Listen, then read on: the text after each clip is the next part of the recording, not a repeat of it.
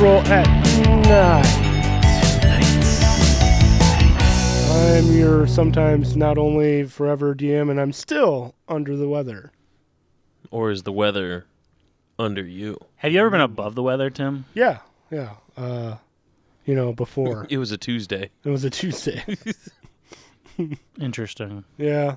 I have this weird, sinus infection cold thing, and it's awesome.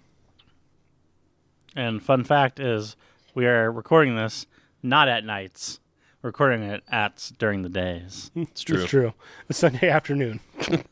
But pretend that you're in a deep, dark forest at midnight. Nights. Yeah, at night. And that's where we're at right now. Crack open your adult beverages.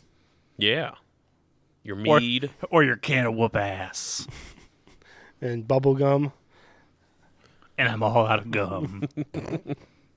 Welcome to our Duke Nukem fan cast. Yeah. Where we talk about Duke Nukem, David Arquette, and Our Birds Real. Hey. I watched a Duke Nukem documentary the other day. And? And it was all right. Okay. Yeah. Yeah. Did he kick ass or chew bubblegum? A little bit. I mean, it kind of went through Duke Nukem 1 and 2. And then, of course, Duke Nukem 3D. And then it talked about how Duke Nukem Forever sucked a whole lot. But how there was a leak in, I want to say 2001, 2002, where it was supposed to be Duke Nukem Forever. And it was phenomenal, way ahead of its time. But because the people that made that game are psychotic and they kept pushing it back, they scrapped it and then remade it and then scrapped it and remade it and scrapped it and remade it. And that's why you get the piece of shit that is Duke Nukem Forever now. Because they just took all the shitty parts of all the scraps and then made it into a game? Pretty much. Yeah. I'm going to be honest. I don't think I've ever played a Duke Nukem game ever. Really? Yeah. I haven't. I played Duke Nukem 3D, and then there was a 64 version of it that came out on Nintendo 64. Well, thank God it came out on Nintendo 64, because it'd be really confusing if it came out on Dreamcast. Or How do I play this? Commodore 64. Right. Ooh. And then Duke Nukem Forever. I mean, there's a couple other, Duke Nukem in Manhattan, and then, Duke for Time or something. See, I would have to go from Duke Nukem Forever to Duke Nukem 5-ever, and then just, continue that path forever. We're all right, we don't know what to do. 5-ever, 6-ever, 7-ever. I mean, if you played Doom, you've played Duke Nukem 3D. I mean, much. yeah, I guess that's true, because it's just Duke Nukem and Doom are just kind of synonymous. And I've played Doom, but it's just the Duke Nukem standalone. They haven't actually made any movies or anything out of Duke Nukem, correct? I'm not mistaken. Okay. But they have made a Doom movie. They did. It was terrible. With The Rock. Yeah. Man, another wrestling reference already. Yep. But in the live action, Duke Nukem should run around and actually kick people with both feet at the same time while moving, like in the original Duke Nukem, because that would be great. Yeah. It's true. It's just the actor is just on wires the entire time, walking downstairs, but you can clearly see that they're kind of being lifted. Right. Perfect. I'm not gonna lie, the Doom movie, when it first started, I was like, oh, this could actually be good. It was doing pretty decent, and then it just dropped off a cliff. Yeah. When the Rock's character starts being no, we kill everyone. That's really, really when it just turned to shit. He got possessed or something. I don't even remember. I didn't watch it. I saw it in theaters. Well, the idea, so in Doom, You and 17 other people. right? In Doom, the virus or whatever that. Spoilers if you haven't seen it yet. Yeah, spoilers. Or played the game. But so it basically it gives you super strength, super speed, all kinds of basically superpowers. But if you're a bad soul, you get into a monster, but only the few people that are good-hearted people. Oh yeah. And then it was instead of him just the Rock's character being a dick the whole time and being oh, this dude's bad. It was they had to do a real quick turnaround on it and be oh, we can't make you like this guy anymore because he's going to be the bad guy. And it's what? Interesting. That movie is awful. Yeah. Speaking of awful, what are we talking about today? 4E. And if you have ever played D&D and you were in the earlier things, you would think 4E is awful because most people hated it, and it was probably one of the least popular of the D&D games. Which I was looking into, trying to find, like, why does everyone hate 4E? And there's, like, very little information about it. And, like, the things that the people hated are still happening in 5E. Yeah. They tweaked some stuff, but yeah. Yeah. Yeah, so I mean, it was announced in August 15th of 2007, and then it was released almost a year later in June of 2008. I think a lot of people like feel that like when Wizards of the Coast was like advertising it, they didn't come out and like directly like say that other versions weren't good, but they said that like basically this was more streamlined and it was more updated. And like a lot of people are like, so you're saying that all versions before just are worthless, and like that's what split it. And then there were like the group of, you know, like diehard fanboys that were like, well, you know, it's just the natural progression of the game. So something interesting to note about it coming out in 2007, and like it being a very different like game system, was like what was really popular in the video game world at that time. Yep. So in 2004, a very popular video MMO came out. Could either of you guess what that MMO was? World of Warcraft. You got it. Wow. So basically, like between 2004 and 2010, that was when like World of Warcraft was at its like peak. So I think a lot of it has to do with it being a direct response to like MMOs. You know, obviously they came out of the 90s, very popular, but they were kind of like, okay, well, this is what people want to do, so let's make this more combat oriented. Well, and to kind of build off of that as well, so I've got like a list of like similarities from 3rd edition and 3.5 into 4th and some differences. And one of them was like class roles. So you have your class, which those were pretty much all the same from previous things. I don't think they really added anything new in the way of classes, like class specific. But your classes could, however you built it, had class roles. And there were basically 4 different classes for your roles that you could have. And it was a controller, a defender, a leader, and a striker, which your controller is someone who manipulates the battlefield, movement speeds, people's actions, things like that, disadvantages, advantages. Usually your magic users, so like your wizards, sorcerers, kind of stuff like that. Some of the other pipe classes. down over there. Some of the other classes. Then there's your defenders, which similar to like World of Warcraft, those are your tanks, which are they're pretty much meant to just get the shit kicked out of them. They don't deal a whole lot of damage, but what they do is they basically force everyone to focus on them instead, which is a big thing in like World of Warcraft and other MMOs. Like your tanks are what we call aggro, is you're supposed to pull all the attention to the bad guys. Your leaders were someone who did a lot of like passive buffs and stuff like that. So like your clerics and some of your what were the other ones? Warlocks, paladins, a lot of those guys were there to just boost the efficiency of the rest of the party. Yeah. And from what I was reading is a lot of 4E, like those are very crucial in your game mechanics. Yeah.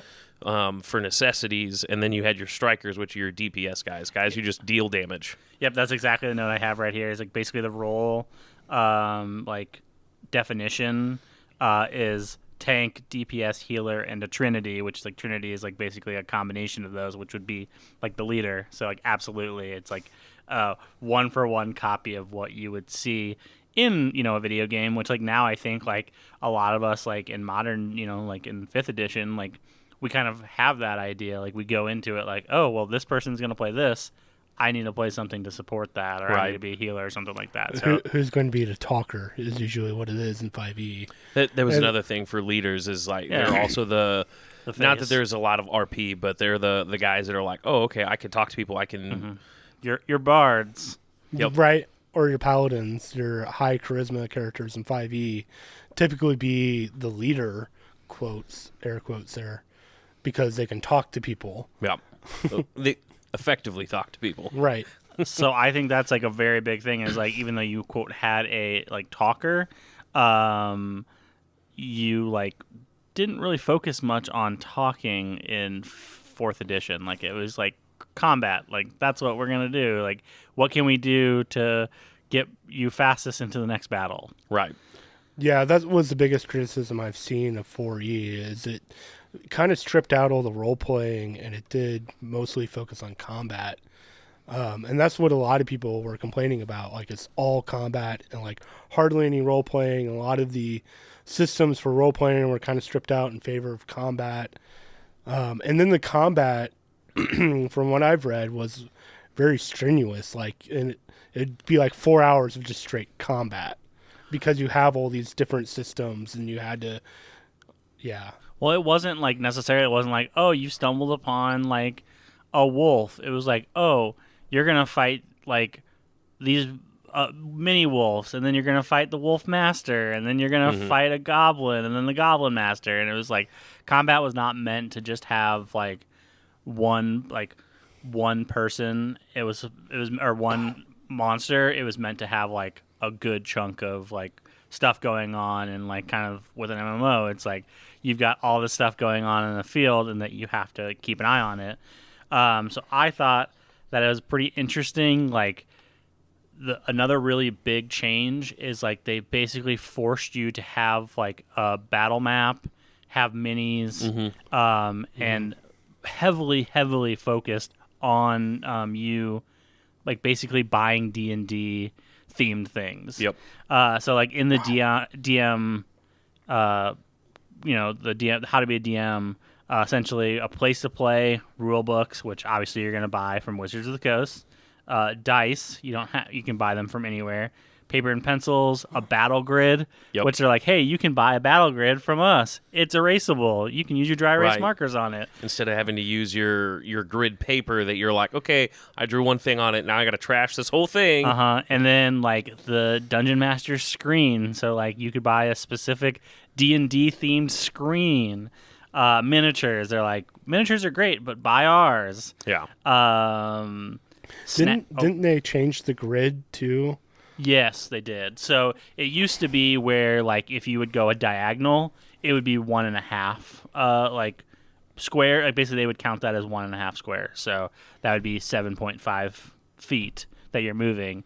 Instead, they're just like, no, you can move any which way. You're like the queen on the chessboard. You can go wherever. But yeah, so that was what they changed there. Well, I think that's also when 4th edition was when they first introduced using, what was it, is it the hexagon or octagon shaped in the maps as well?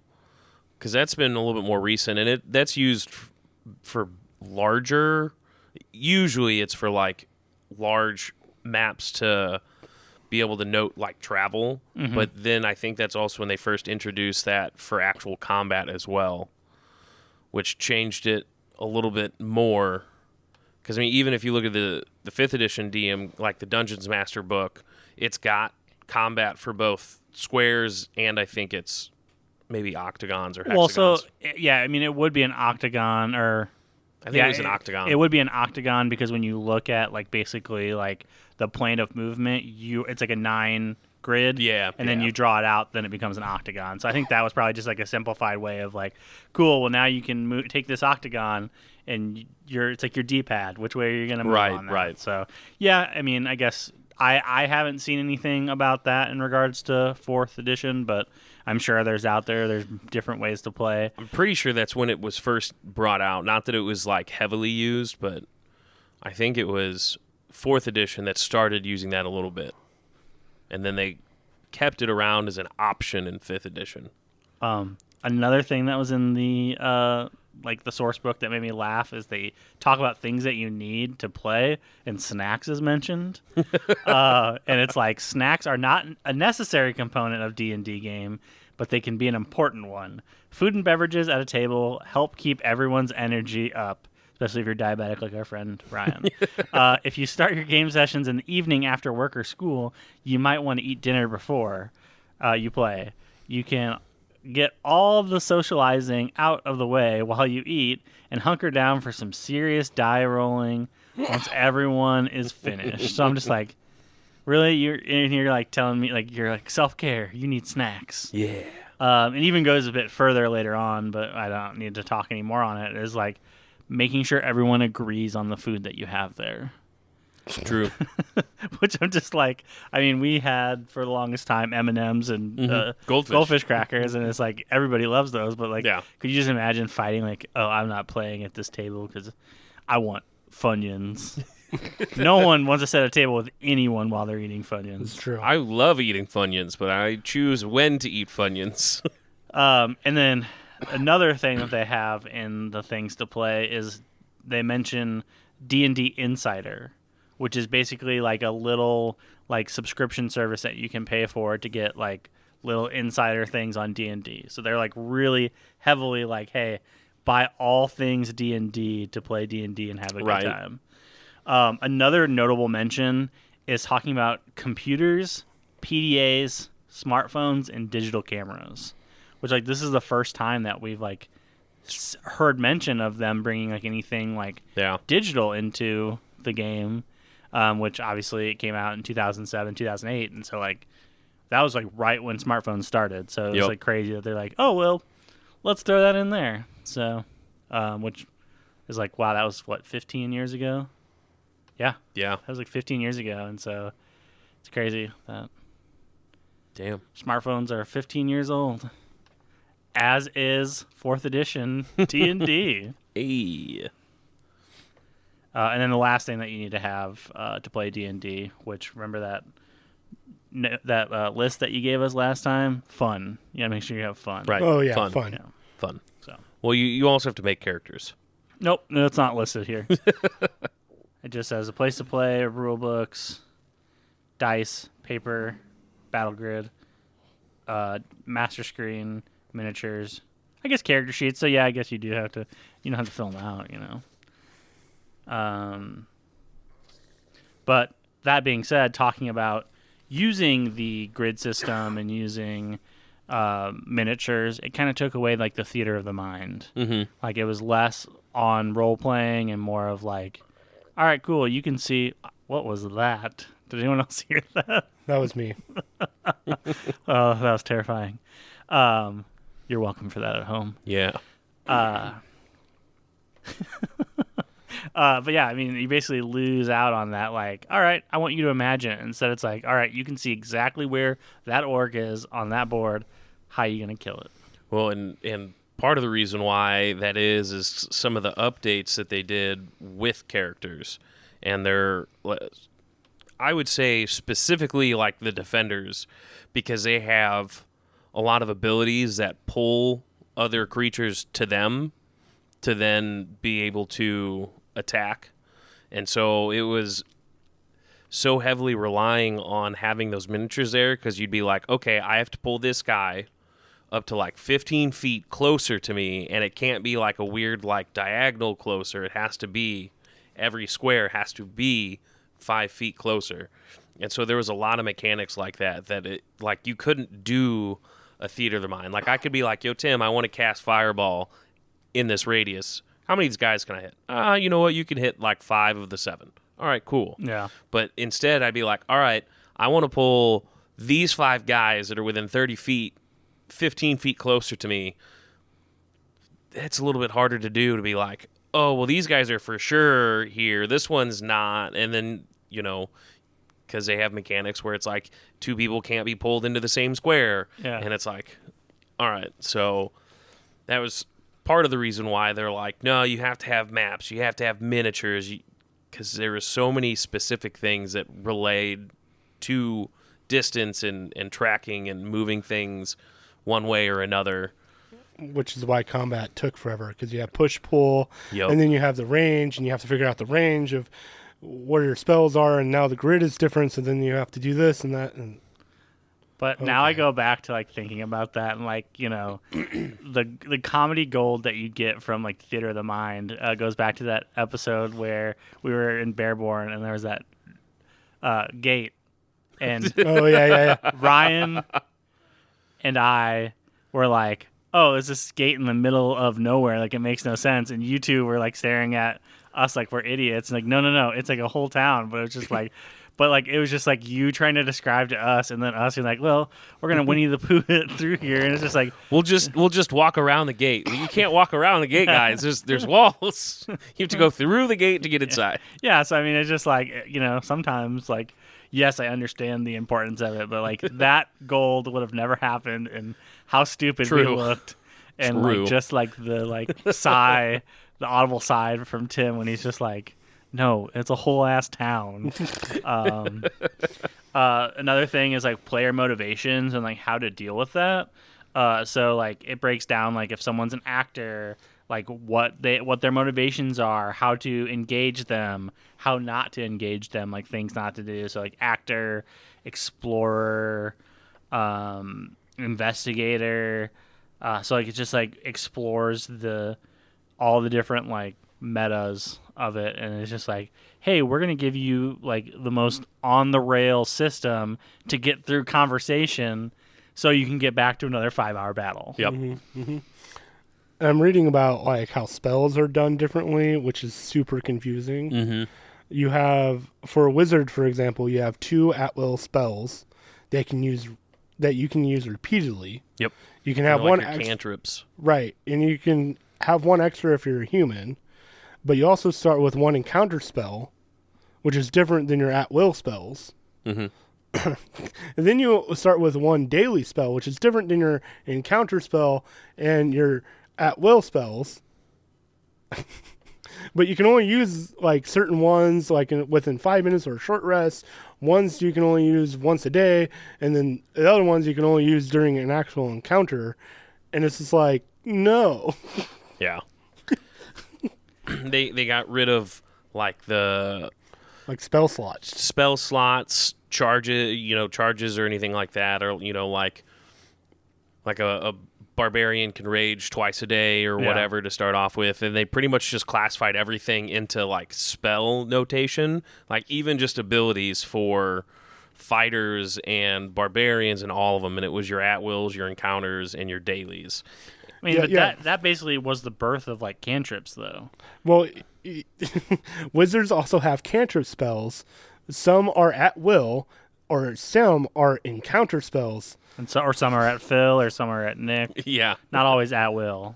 Poor Yeah. guy.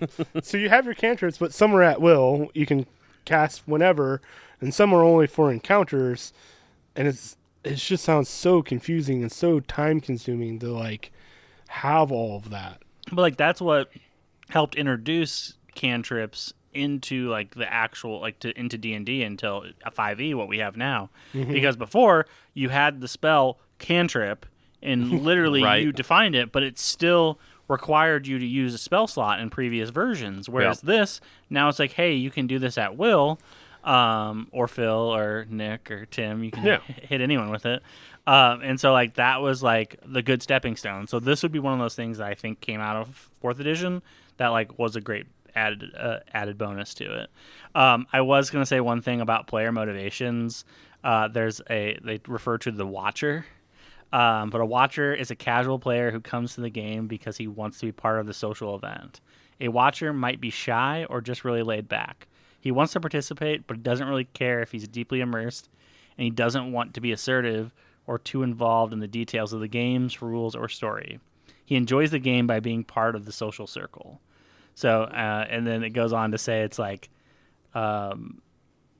be sure that the Watcher doesn't distract other players with TV, a video game, or surfing the internet, or disappear from the table at critical moments.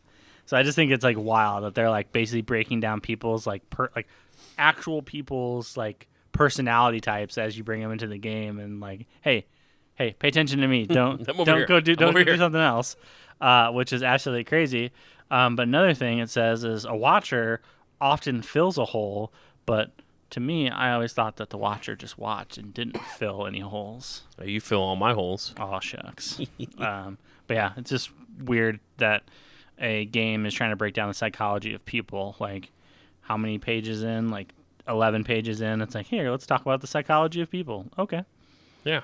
Another thing that introduced in 4E that wasn't in previous was the bloodied condition. Yep. So the bloody condition is essentially when either a player character, NPC, or monster is at half health. So this change encounters by effectively giving, like a black dragon, for instance, like when they hit the bloodied condition, they could literally, anytime that they would take damage in 4th edition, other people would take damage. Mm-hmm. They could attack you on your turn. So, like, you could get attacked on your turn. And, like, it was very much like a video game. When you hit a certain level in a video game or, like, certain encounter, like, all of a sudden something changes, whether it's, like, you know, rocks fall and the arena smaller or, Right. like, now I've got a new attack because, like, I'm desperate. Right. There were some, like, wizards sometimes, depending upon what they... And it was all based on what... The Paragon path is what they called it, that you would go on to, which is kind of like your subclass now in 5th edition. But depending upon what you did, like, wizards would be able to cast a spell when they hit bloodied, or they would gain back an at-will, or not an at-will, like an encounter or a daily spell. Yeah. Fighters would be able to attack somebody. Some of the others would just have, like, an AoE blast go off. I think that was some of the monsters. But, yeah, it was... either something instantaneously would happen, or you would be able to get an effect. I think, like, some fighters might take less damage when they're bloodied. Just weird things like that can just change the whole outcome of the game. And I think that was meant for, like, when people start getting down to their lower stuff, then they have some other options to kind of help them when they're kind of getting close to death. Yeah. So, I mean, I think it's definitely, like, good that was added, because it definitely changed some encounters, even though it made some encounters really, really bad for some people. Well, it was a nice little change of pace thing, too. If you're just wailing on some monster and you're like, oh, this is so easy, well, then he hits bloodied. Well, and not only that, but it was also when something is bloodied, you have to be like, oh, he's bloodied, so this happens, so you know, oh, at least we're halfway through with killing this dude.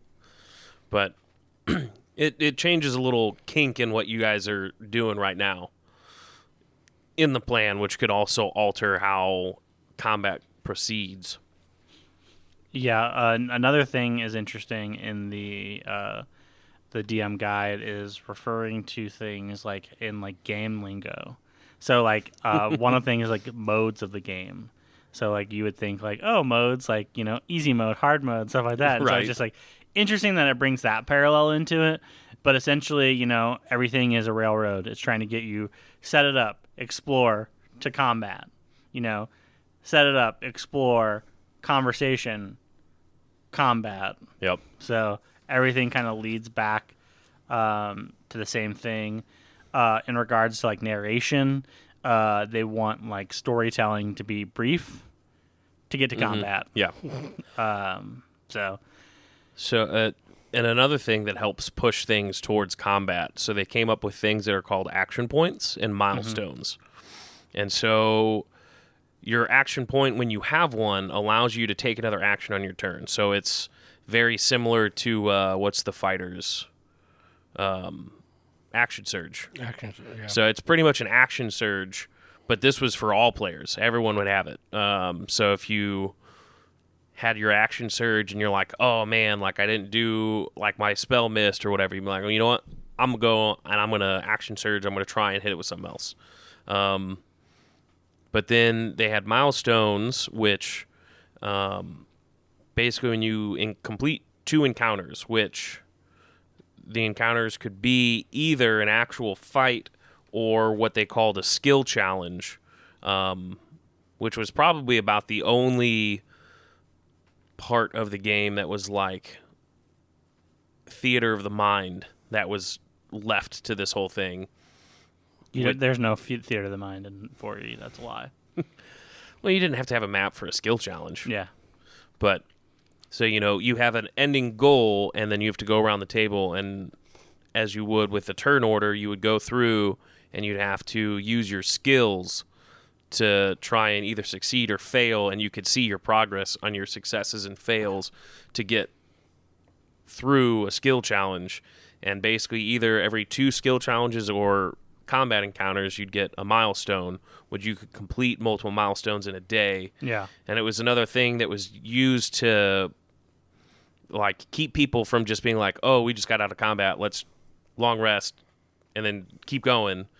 Because even some of your magic items had milestones that if you got through, your sword could get like a +2 bonus for damage and stuff like that. So it was meant to just not make it so cookie cutter and like, okay, long rest, fight, long rest, fight, long rest, fight. So there's a part in the narration portion of the book where it talks about like basically the cinematic style. So what it says is they say show, don't tell. So they're like, we need you to like basically show in your mini map and everything like that. Like this is what's going on. And so they talk about that, but then they immediately right after that contradict it and go, your only limit is your imagination. Your imagination is the only boundary in your description. You aren't limited by a special effects budget. Describe amazing vistas, terrifying monsters, dastardly villains, and bone-crunching fight scenes. Your enthusiasm and liveliness are contagious, like Tim's cough, and they energize the whole game. So it's just funny that it's just like, hey, you need to show them. You need to put together this wonderful mini-map and do all this. But, hey, also, forget all that. You can describe it. So it's just like, okay, what do you want me to do, Wizards of the Coast? Make up your mind. Buy our stuff. Yeah, absolutely. Yeah. Which is funny because then the next thing afterwards is enticement, which essentially is like your narration helps players to find the fun, enticing them to explore the details of the environment that lead to encounters. So once again, Encounters. it's like, hey, we want you to build this beautiful scene. We want you to describe it because even though we told you to build it, we still want you to describe it. And then whatever you can do, I need you to railroad your players to combat.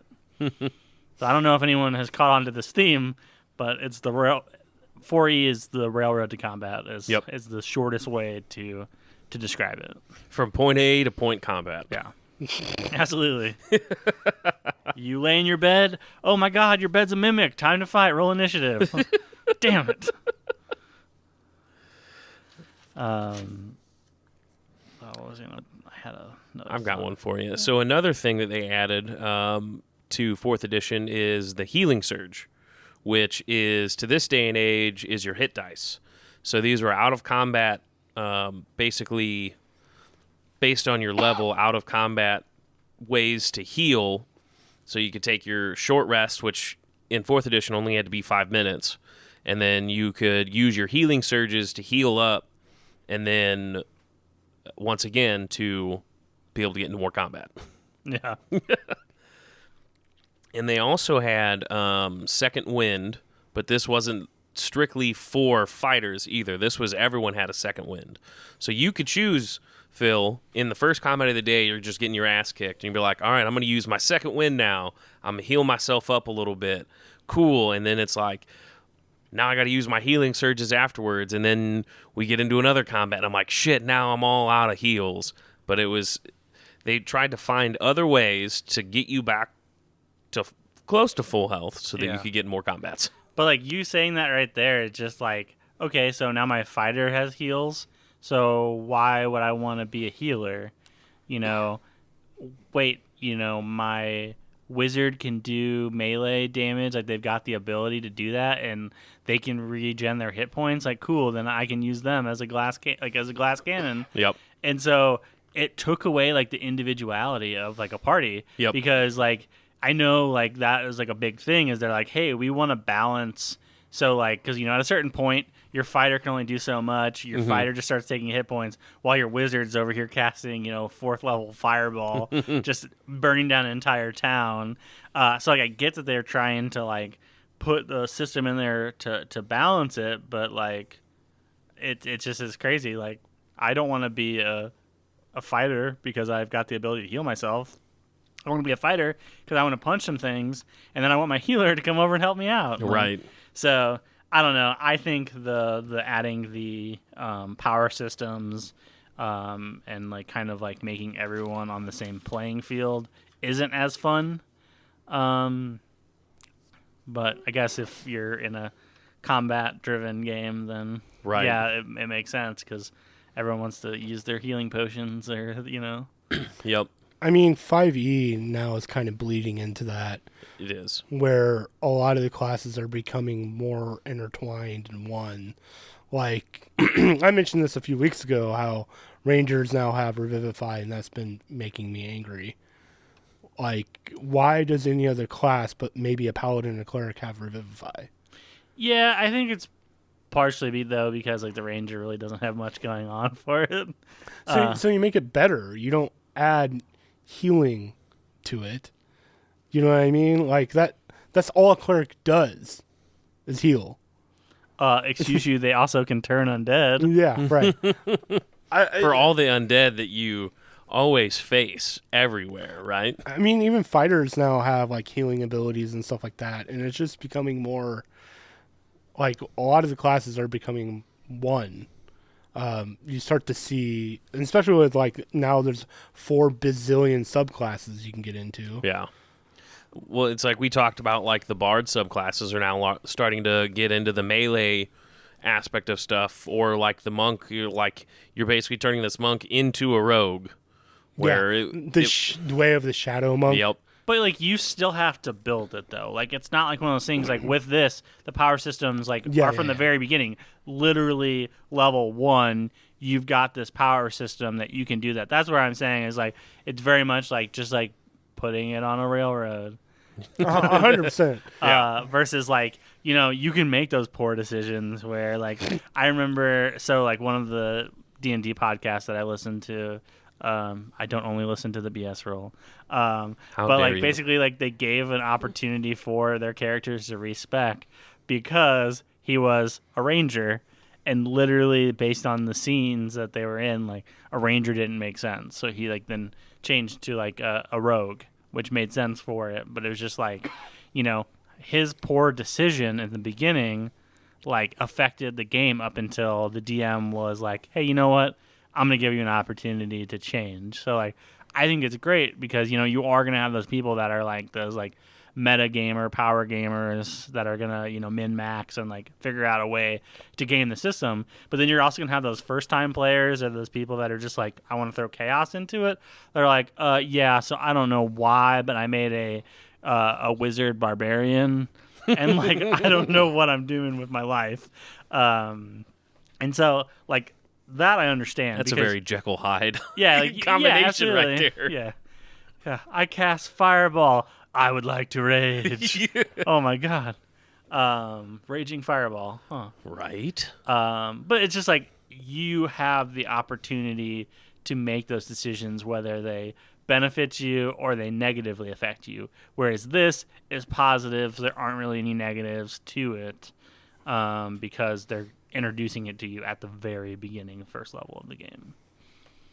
So, but no, I do agree it is weird that a ranger can cast Revivify. But you know what? Rangers don't really have much going on for them. They got animal companions and favored terrain and a favored monster. That's about it. They're good for survival and like tracking stuff. But if you're in like druids for though, a little bit, take that back. Druids are life. I mean, druids are so OP. They really are. Especially if you build a really good one. Uh-huh. But so some other additive combat mechanics. Because that's all they did in 4E. Pretty much it. So like your saving throws also pretty much became nullified in 4th edition. And instead, where most of your spells, like now you have like a good number of spells that like attack you, or you have a good number of spells that force someone to do a saving throw, it was more like most spells were to be like attacked to whatever defense to your character. So you had your fortitude, your reflex, and your will defenses. And so instead of being like, okay, cool, I'm going to make the dragon do a saving throw, it's just, no, I just have to, whatever I'm choosing to attack with, and based on the spell, I have to attack one of those 3 defenses, and I have to roll higher than what he's got. Which, I like how nowadays in 5th edition, sometimes you have that option of like, I would rather him have to do saving throws instead of me trying to hit his AC. Yeah. Like especially things that have really high AC, and if you can find something that's got a saving throw to one of its lesser abilities, you're like, cool, we can focus. Or, some characters can give disadvantage to saving throws, which is a good combo for some of those things, because then you're like, all right, we can find other ways instead of just me having to roll high, especially if you're rolling like shit. It's true. Because we definitely have some of those nights where it's like, cool, I can't roll above a 5, and I can't hit shit. Instead, I'm going to make the DM roll and make him have to roll high. I mean, I had an encounter once where like the DC was 13 for perception, and literally no one rolled above a 12 for an hour and a half. Wolf. And it was like the most like cursed thing ever. I made everyone so mad. I'm just like, well, I can't so finally I was just like, I have to railroad this a little bit. But it wasn't immediately to combat. They were already in combat. Another thing they talk about is problem players. I don't know if you guys saw that in the handbook, but it just made me laugh because it was like, make sure you set the expectations. Out of control players, people who often play D&D because it lets them, through their characters, do things that they can't do in real life. Fight monsters, cast spells, defeat evil, which I can do all of those. Yep. So that good can triumph. Some people play D&D because it lets them run wild, wreaking havoc in towns and going on what amounts to crime sprees or betraying their allies. What they want from the game has nothing to do with the heroic adventure, but with using the game rules to act out antisocial fantasies. Yep. So I'm like, oh man, that's rough. And then you've got your prima donna players, which like feel like they've got like hero syndrome, like they are the hero of the story and they don't care about any of the other characters. I have to kill everyone myself and be the top player. And then you got like the rules lawyers that are like fighting the little tiniest details, which Ryan, myself, and his cousin one time got into a wild conversation. We were playing Munchkin, and it was like the way it was punctuated could be interpreted different ways, and it was just hilarious because it was like screaming involved over it. Some good old Munchkin. I haven't played that in forever. It's been a while. Yeah. Also based off of D&D. Yeah, also yeah. Which once again, like that, I feel like probably came out around the same time 4th edition came out, if I would have to guess. I think it was probably like the... Which is a streamline. 2011 to... 2012, somewhere along that era. Are you on the Google machine? Hold on. Everyone, we're going to find out. We're on the Google machine. That's at least when I discovered Munchkin was 22, 23 maybe. But I mean, that goes back to like it being like gamified, because it is like a watered down version of D&D, which is heavily focused on combat. Well, yeah. Have you ever seen Munchkin and 4th edition in the same room? Oh my God, are they the same thing? I mean, it is. But that's the premise of that game, at least. 2001. Oh, well, never mind. We're What? liars here. Wow. Interesting. So, wrong. Basically, Wizards of the Coast, you stole 4th edition from Munchkins. And they're coming for you. You better watch it. You can also send, I think it's like a $20 to the creators of Munchkin, and they'll settle a dispute for you. So if you argue, you can send them a $20 like bill in the mail, and then they'll like answer your like problem that you have with the game. Well, they should make that faster. I shouldn't have to do it in the mail. It should just be an instantaneous, because otherwise it'll be like 2 weeks after the fact. I think that's part of it, and also like it was developed in 2001. Like that was the fastest way of buying. I guess things it's true. In 2001. I mean, we still had internet. You could get on forums and stuff. Yeah. And GeoCities. Very, Yeah. but not very like well interconnected right, internet. Right. Hold on, let me hook up my dial-up real quick. Yeah. Mom, get off the phone! I'm trying to connect to AOL right now. I need to know about the Munchkins. I mean, I had broadband in like '97. Shh, Tim, we don't need to know about your age, all right? But I also grew up like in like a more like rural area, and so like it was like Oh, probably yeah. until like 2010 is when they got like faster internet out there, Yep. and like I had already moved out by then. But it was just like crazy. Like I didn't grow up with fast internet, so it's like if I had to do anything for like school or anything like that, like I had to go somewhere else to like I had to go to your local the library. yeah, or just do it all. Homework was done at school because Right. I didn't have the interweb to solve Yep. all the problems. I mean, in '97 it was 1 meg. Yeah. Yeah, but that still Broadband. that was still probably faster than my dial-up. Oh yeah, 100%. But I mean, that's how far we've come. Is it was 1 Yeah. megabyte per second, and that was fast broadband internet in '97. I mean, yeah, but also like a hard drive was like in the like kilobytes. Like they're like, you'll never need anything. You won't need more than a 2 megabyte hard drive. Also, my first like USB stick, I want to say it was 64 megabytes, and it was like $75. Yeah, I had like a 128 megabyte USB drive. Yep. back in the olden days. And now it's like, cool, have this little teeny tiny micro SD card with 1 terabyte on it. And you're like, wait, what? It was $25. And I remember too, like way back in the day with like the satellite uplink for internet that they got like shortly after like broadband and stuff that they had for a little bit, and it was for like when you're way out in the middle of bumfuck nowhere and you can get nothing else connected. Yep. And it's like, cool, but a storm comes through and then now I can't connect to the internet. I also had a zip drive. Oh, If you remember those. good old Tim with his zip drive. That's Yeah, where he you- kept his porn. Yeah, Yep. you keep that zip drive in your pants. Well, I mean, we always bought pre-built computers, and it had a zip drive instead of an A drive, the floppy disk. It had a zip drive. So it's funny that we're talking about like technology and how awful it can be and how great it can be, because once again, to go back to the whole like video gamifying D&D, is they actually have a section called troubleshooting. Like you're troubleshooting a video game, where it's like dealing with like the character death, fixing your mistakes. So it's going to happen sometimes. You make mistakes. That doesn't make you a bad dungeon master.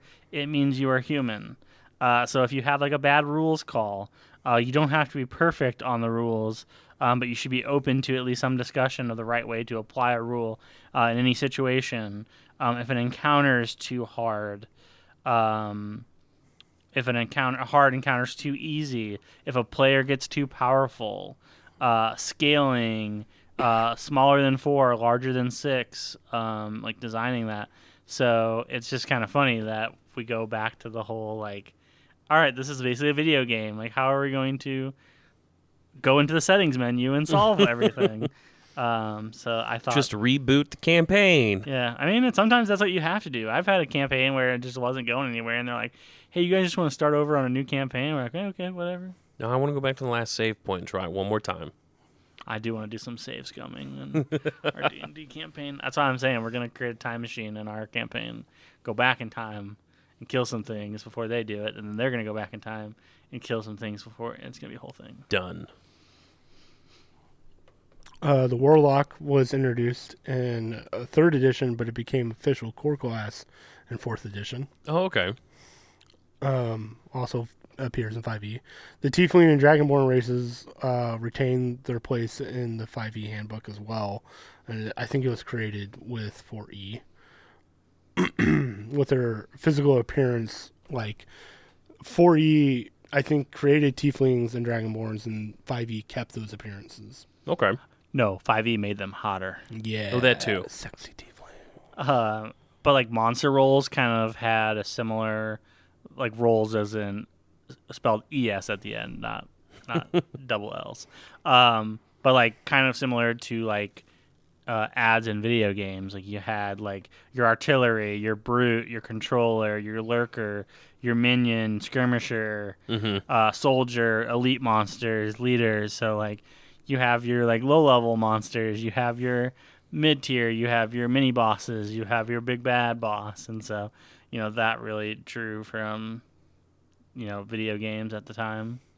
4E also introduced the idea of a short rest, which you kind of touched on, which again shows up in 5E. Yup. 4E also introduced the death saving throws. So once you go to 0 hit points, you have to roll a d20, and if depending on the DC, 3 failures is death. Give you a little forgiveness for getting your ass kicked. Mm-hmm. What about if you roll a natural 1? Does that count as 2 death saving or 2? It doesn't say here. Interesting. It does not say here. How rude. How rude. Also worth note is this 4E introduced Pathfinder, which came out a year later because of the people that created Pathfinder really disliked 4E and decided to make their own game version based heavily off of 3.5, and they called it Pathfinder. Maybe we'll talk about it in the future because I know very little to nothing about it. Same. Other than like here it says, looking at Pathfinder a little bit, it was nicknamed D&D version 3.75. Which is what everyone really wanted. And a lot of people talk about that they wish that 4th edition was actually 3.75 because it's fixing those little things in 3.5 that weren't perfect. Right. And 4E seems like almost a reboot of D&D, and a lot of people pushed against it, and it became more combat and video gamey, and hardcore D&D players just kind of balked at that idea. Well, yeah, because it goes back to like the predecessor to D&D that Gary Gygax created, where it was large scale combat, because it was like it's not one monster, it's all of them, it's a bunch of monsters, Right. And so it's like it kind of went to You're doing the Battle of Helm's Deep. You're not yeah trying to do Fellowship of the Ring where you slowly make your way closer to Mordor. yeah. Oh, don't say that. We're gonna get shit. kicked out of. Yeah, Tolkien's going to... They're coming after us. us. Come get me, bruh. Or I think the head of their estate's a woman right now. So, brah. I'll win in a fist fight. Tune in next time for when Nick fights a woman. But yeah, it's just interesting to we've gone so far. We've done incredible things from the first edition until 3.5, and then they're like, well, we're going to streamline it. We're going to go back to the original, which that's obviously where you saw that split, is some people are like, this is great. Because, I would bet that a lot of core D&D fans are probably also video game fans, because I like video games and I like D&D. So a lot of people are like, hey, this is like World of Warcraft now, so this is cool. Right. But I'm like, well, but I could just play World of Warcraft. I don't need a miniature to do this. So I think that is probably where we saw a lot of people, because you've got the internet is really a popular thing. Tim's over there surfing on his 1 meg internet. At the time, video games are getting really popular, and so you see this decline in tabletop video games, because the fact that they mention smartphones in here is you see everyone's going more electronic and playing video games, and analog stuff is going down and going away. So it's a very interesting parallel. So it was a way for them to stay relevant, but it's if you're trying to be a video game, why wouldn't I just play the video game? Right. So it kind of is weird. Yep. Because you don't get the app craze that happens in the later 2010s with D&D Beyond that comes out later. Mm-hmm. You don't have any of that in 2008, 2009. Yeah. So they're combating. There weren't even apps on the iPhone at the launch of it. So other than the first party Apple apps. yeah. Yeah. Calculator. There you go. Yeah, Tim's pretty much. favorite app. And so it's interesting that they're combating like video games Yeah. instead of separating themselves for that. Yeah. Like, I would have tried to make the turn against video games, making it more in-house, like, no, you need to be together with each other, theater of the mind, kind of getting away from like the video game aspect of it, I guess. Yeah, but I think they were also very, very successful with Magic the Gathering, and that was where they invested, a lot of their time and energy into it. And I think, Dungeons and Dragons kind of became like, okay, well, this doesn't have as much traction as it did previously. So It's becoming more of a niche. which Yeah. streamlining it means there's less things that need to be updated because everything was so like ironed out in 4th edition because it was catered to combat that you didn't have to worry about like pushing out different versions of it, and so you could just let that make what it is, and then you could go into like the branding side of things and be like, all right, cool, we can just sell the tools that you need to play this if you want to. And yeah, I think ultimately that's why it probably wasn't as successful, because it wasn't a huge push for it, because like they saw the declining trend of the want for D&D at that time. And which is why you have Pathfinder coming out. Yep. And I think from what I've read and know, it seemed to be a pretty even split between people who stuck with 4E and people who just went over to Pathfinder. Yeah. And then I think with 5th edition, when they came out with that, it was kind of like their compromise between 3.5 and 4th edition and made it a little bit user-friendly. And then I think it really, Critical Role really helped a lot with it and helped get some mechanics out of the way and fix some problems. But then also with, now you have Roll20, the D&D Beyond app, and all that kind of stuff. I think it's made it a lot easier and something that people were able to get more and more into it because it's so much more accessible these days. Spoilers for 5e. Yeah, wow. Way to do that. Another thing that they did with 4E is they like changed a lot of lore. Yeah. Like they got rid of like they basically were like, we're gonna create this thing where now all the gods are dead, and they were like, all right, well all the gods are in the astral sea, and that became a thing, and then all the primordials are like in the elemental planes, and like completely changed how magic worked within the world, bringing like the power systems, and like, oh, now everyone's got different power skills. And so like they got rid of a lot of things. They made like the I think it used to be called like the Land of the Fairies, and then it became the Feywild, and then they're like, okay, well now the Feywild is ever present. It's more accessible. And like a new pantheon of gods, like all sorts of things that, like, spoiler again to 5e, they then backpedaled a lot of that. But it was just like, hey, the world's completely different now.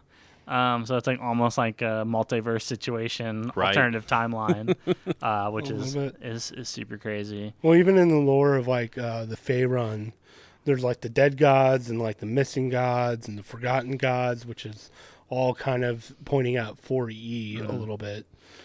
And they took like different domains and like rolled them into like the Underdark, and then rolled them into like the Shadowfell.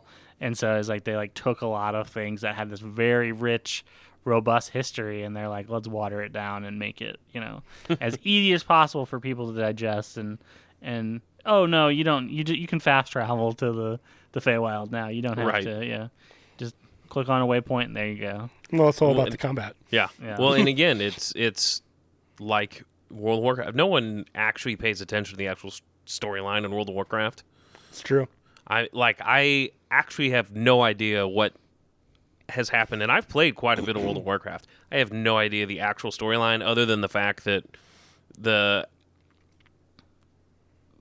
two different sides hate each other, and then that's pretty much it. And I know like things pop up that are big bad evils that you have to go kill and do stuff, but I don't actually know anything that's relative to the storyline of World of Warcraft. Yeah, the only things I know are World of Warcraft related, because I've never played it once, is the Warcraft movie that came out.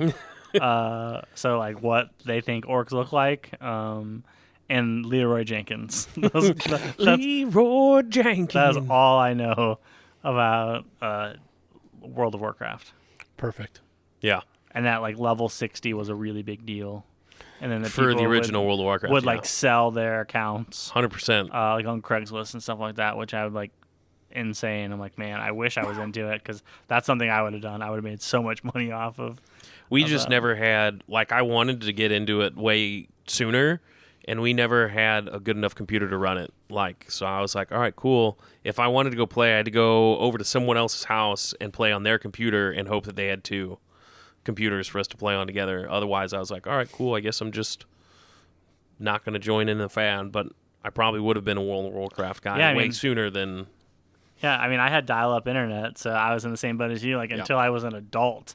So, like, I didn't have access to high-speed internet, so, like, that wasn't a thing for me. So I was, like, you know, kind of on the... like, I didn't stream videos and stuff like that. Like, I got my news and stuff from the news. Right. I mean, I was just graduating high school Yeah. when World of Warcraft came out. So it was kind of past me a little bit, Yeah. especially since I got married when I was like 21. So, Which was also the same year you graduated high school. No, I'm just kidding. I mean, so I got married in 2007, so 3 years Yeah.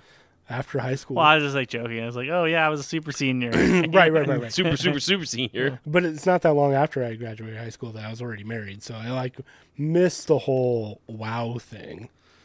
I did get into the Old Republic.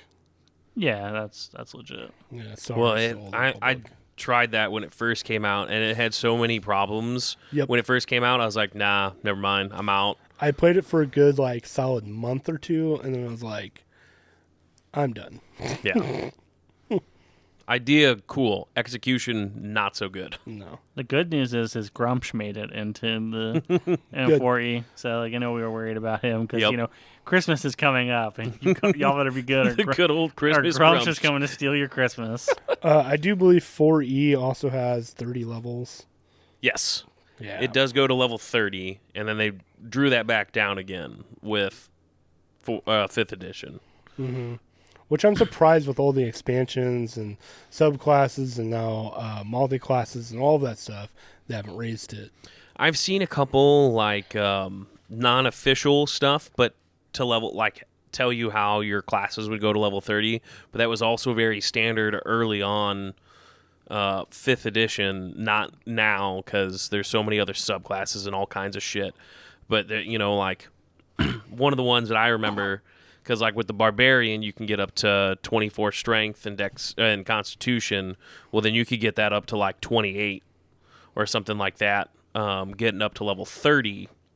So it was just, but it was like, you're pretty much making yourself, with that stuff, being able to, like, one-on-one a dragon. Yeah. Which is not supposed to be how D&D is supposed to be, you know. Well, even 5e and those later levels, like 17, 18, 19, 20, it's broken. It's just so broken. The druid is completely broken. You can start getting those 9th level spells, and you can cast, like, Wish, and then, like, the cleric can have divination just at will. And, like, it just becomes Finally, we'll see some redemption. it just becomes so broken. You mean I can call down my god whenever I want to do whatever I want? Yep. Okay. Tim, that's how religion works. Yeah. I mean, that just breaks everything. Unless you're fighting literally a god, it breaks everything. I mean, which I think at that point you typically you are. are. Yeah, I Yeah. was gonna say, like, you should be. A cool thing though that 4E does. I mean, I know, like, it puts everything, like, kind of, like, out there for you, is, like, artifacts and breaking those down, because, like, in the DM guide, like, you have, like, the Hand of Vecna, the Axe of Dwarvish Lords and stuff like that, and it, like, tells you, like, what it gives benefits to and what it, like, detracts to. So I think that's a pretty incredible part about it, because I think prior to that, like, you had, like, these artifacts in the game, like in 3rd edition, 3.5, but they weren't like super flushed out. Like it was a lot of like you had to fill in the gaps. Whereas here is like this is what they can do. So I thought that was a cool addition to 4th edition. Well, and one thing, But- I don't know. I don't think 4th edition did this, and I know 5th edition doesn't, and no one else, like no other editions did. But I think there should be some way, and there's no official way, but like an official way of like helping scale for monsters. Because it's like level 1, you're like, all right, cool, we're taking on like a pack of wolves, or we're taking on some goblins. When you're like level 10, 15, 20, you can run across an army of 1,000 goblins, and you're like dead. It's like you can't hit me. I can take out, and it just becomes monotonous. And it would be nice if there was a way that they could scale stuff so that you could still have some of the classic things from beginning towards the end. Yeah, I mean, Are you specifically talking about just D&D in general, or are you talking about 4th edition? 4th edition, 5th edition. Okay, because like I've got something that I'm going to bring up to you, Oh. but in 5th edition though. So Oh, you'll have to tune in next time to hear that. I mean, because in like 5e, you won't be fighting goblins when you're level like 15. Yeah. You'll be fighting like fiends or like super crazy monsters like dragons or ancient dragons Or Tiamat. or Or Tiamat. Gargantuan Goblin. How the Grump Stole Christmas. Because like you get the challenge rating system in 5e, which I think 4e also has a challenge rating system. I will challenge your rating system. Ooh. And so, like, they just tell you add more monsters and make the challenge rating harder, and then it just becomes monotonous. And then after, in my opinion, once you get like 6 things on the board, it just becomes a slogfest of, cool, we're in combat for 3 hours. Because Yeah. there's 6 monsters that have 300 hit points. And then when you kill one of them, you realize it's a Hydra, and then another head appears. Yeah. Yep. I've fought way too many Hydras in my day that it is very, very sad. I have a friend that, like, he cringes when he hears Hydra because he got beat to shit by more than one of them. You know what happens. He always gets pulled into the pool with a Hydra. I don't know. It's funny. Anything else we want to mention about 4E? No, I think we've covered it. I mean, really, Yeah. it's if you want to play a video game on paper, there you go. Pretty Right. much. Just straight combat all the time. Yep. We'll probably talk about 5e next time. Maybe we'll talk about Pathfinder. Ooh. Yeah, that's all I got. Hopefully I'm better. Yeah. You're the best, Tim. Thanks. I'll give you some tea and some honey. Ooh. Love you, bye. Bye. Bye. The BS Roll is Timothy Farr as our Forever DM, Valerie Simone as Ida Gotham, Nick Urban as Snee, Phil Jaycox as Enoch Sunforger, Ryan Freeman as Babylon Wonderhoof. You can find us on Spotify, Google Podcasts, Apple Podcasts, and wherever podcasts can be found. Don't forget to subscribe. Leave us a review. It helps us a lot. We do not advertise, so our ratings and reviews are the best way to help us grow. Thank you so much. Love you a lot. Have a good one.